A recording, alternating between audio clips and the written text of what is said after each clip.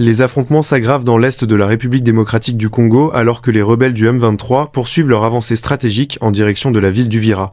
L'épicentre du conflit dans l'est de la République démocratique du Congo a récemment changé de dimension avec l'avancée fulgurante des rebelles du mouvement du 23 mars, le M23 vers la ville d'Uvira, dans la province du Sud Kivu.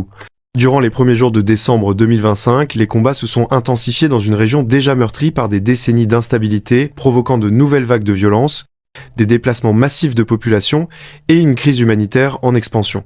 Uvira est une ville stratégique, située à la frontière avec le Burundi et sur les rives du lac Tanganyika, elle constitue un nœud commercial et militaire essentiel dans l'Est congolais. Sa chute, après celle de Goma et Bukavu plus tôt en 2025, marque un tournant majeur dans l'offensive du M23. Intensification des combats. À partir du 1er décembre 2025, les lignes de front ont à nouveau bougé après plusieurs mois de statu quo relatif autour de Uvira. Le M23, souvent accompagné selon plusieurs sources de matériel et de forces attribuées au Rwanda, a lancé une offensive rapide le long de la RN5 qui relie Bukavu à Uvira, profitant d'une percée dans les lignes congolaises.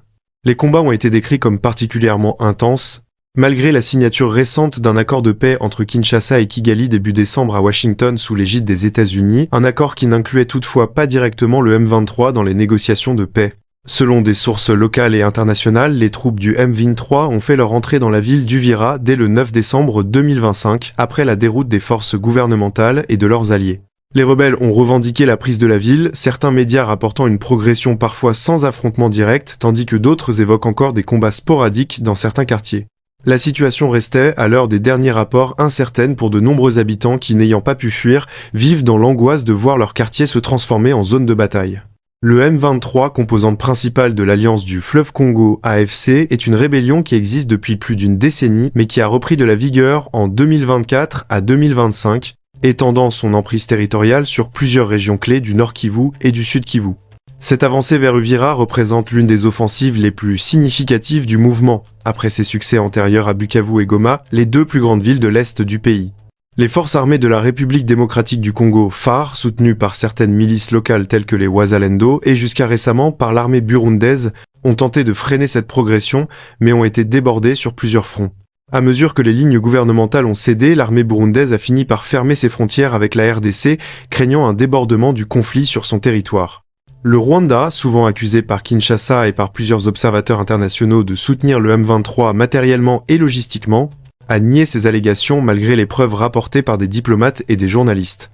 Face à la poursuite des combats après l'accord de Washington, le gouvernement congolais a appelé à des sanctions ciblées contre des responsables et structures rwandaises pour pression et désescalade.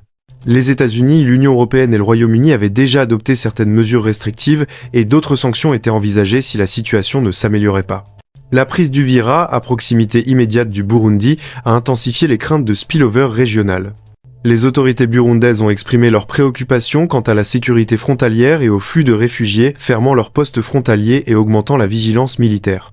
La progression du M23 a provoqué une vague d'exode sans précédent sur plusieurs jours. Selon l'ONU et des agences internationales, environ 200 000 personnes ont fui leur domicile alors que les combats s'intensifiaient autour de Uvira et sur les axes principaux. Des milliers ont traversé vers le Burundi, cherchant sécurité dans des conditions souvent précaires, tandis que d'autres ont trouvé refuge dans des zones plus calmes à l'intérieur du Sud Kivu ou vers le nord du pays. Les violences n'ont pas épargné les populations civiles.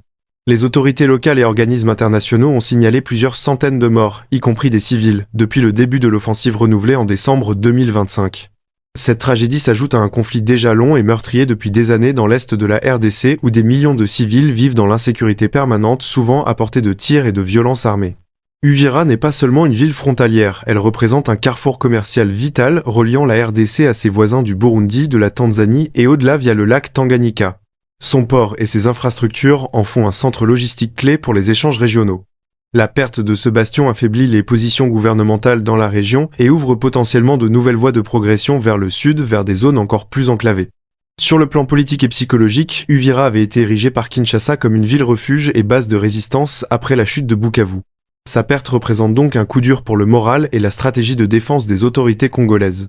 La dynamique actuelle sape les efforts de paix entrepris récemment, y compris le cadre négocié à Washington début décembre entre Kinshasa et Kigali. Ce volet diplomatique avait pourtant suscité un certain optimisme, en particulier pour tenter de stabiliser la région des Grands Lacs. Or, l'absence de représentation du M23 dans le processus de paix et la poursuite des opérations militaires ont transformé les accords en papier sans effet immédiat sur le terrain. Face à cette nouvelle escalade, plusieurs gouvernements et organisations régionales ont exprimé leur inquiétude. Des appels au cessez-le-feu immédiat, à la protection des civils et à la relance honnête des négociations ont été relayés par l'Union africaine, les Nations unies ainsi que des diplomaties occidentales. Certains observateurs estiment que sans pression internationale accrue, notamment par des sanctions ou un renforcement des dispositifs de paix régionaux, la situation pourrait continuer à se détériorer, non seulement en RDC mais aussi dans les pays voisins. Bien que Uvira soit tombé largement aux mains du M23, la bataille pour la stabilité de l'Est de la RDC est loin d'être terminée. Les raisons du conflit mêlent enjeux économiques, contrôle des ressources, tensions identitaires, ingérence régionale et faiblesse des institutions sont profondément enracinées et ne se résoudront pas uniquement par des gesticulations militaires. Pour nombre d'analystes, la consolidation de la paix dépendra à la fois d'une résolution politique incluant toutes les parties prenantes armées, d'un dialogue régional sincère et d'un mécanisme robuste de protection des civils. Sans cela, le spectre d'une contagion du conflit au Burundi ou à d'autres États voisins reste une possibilité alarmante.